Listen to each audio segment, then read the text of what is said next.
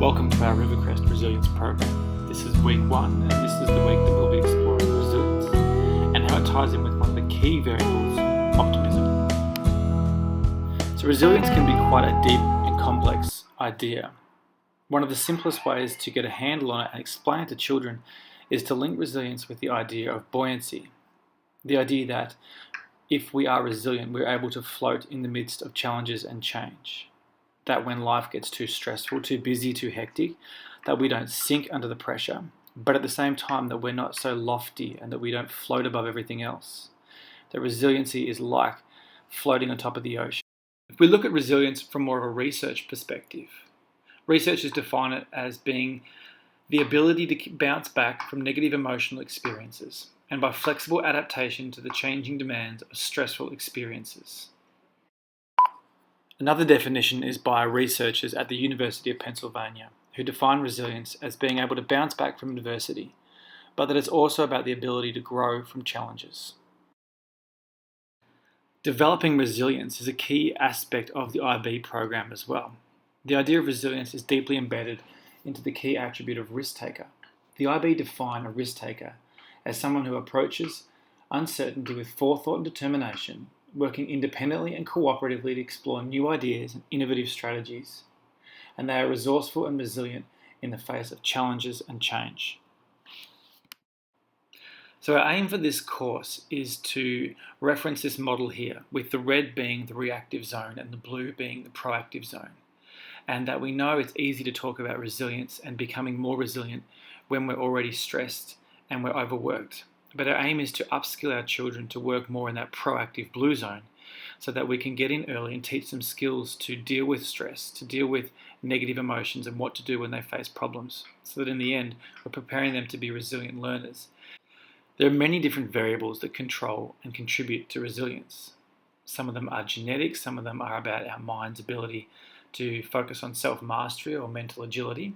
But one of the key variables that we want to focus on with children is optimism, looking specifically at how we can cultivate a more optimistic mindset. So optimism at its heart is a belief in a positive future. It's looking at stresses and challenges in a positive mindset and looking at how to make the best out of the situation. It's not ignoring the things that are going wrong, but it's about looking at what you can control and what you can't control. Optimism has been defined as the engine of resilience, as a critical component that we can use to teach our students to become more resilient. And one of the key tools that we will look at this week is that idea of identifying what you can control and what you can't control, and the importance of then taking action. So accepting what we can and cannot change is one of the most important aspects of understanding resilience. It's learning to work with what's right in our lives while accepting but not putting all of our energy into what's not. And this is a really important skill to teach our students. It's not looking at all the things that are going wrong, but identifying about what's going right, what can we change, and what can't we change.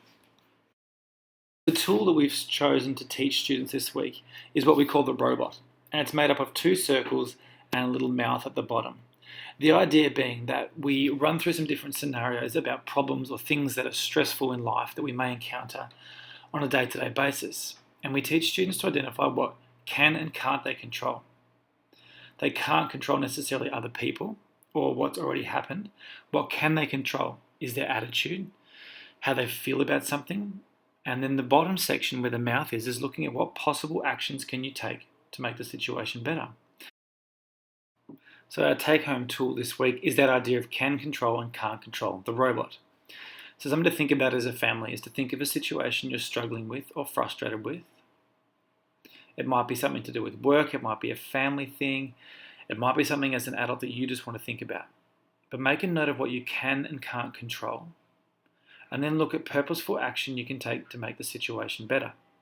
After doing this activity, reflect on how it made you feel and whether framing things in an optimistic light actually helped work through problems and develop the idea of resilience. Final provocation for this week is just to reflect on the idea of optimism in your family, and whether it's using the can-can't control tool or discussing stress and challenges with your children. But how can you develop a more optimistic culture in your family? And how does that contribute to a greater sense of resilience? Well, that's the end of our first week of our resilience program, looking at optimism and resilience. If you've got any questions or would like to follow this up any further, please shoot me an email and get in contact. Next week, we'll be looking at self-explanatory style and what do we do and how do we explain when things go wrong in our lives. Thanks.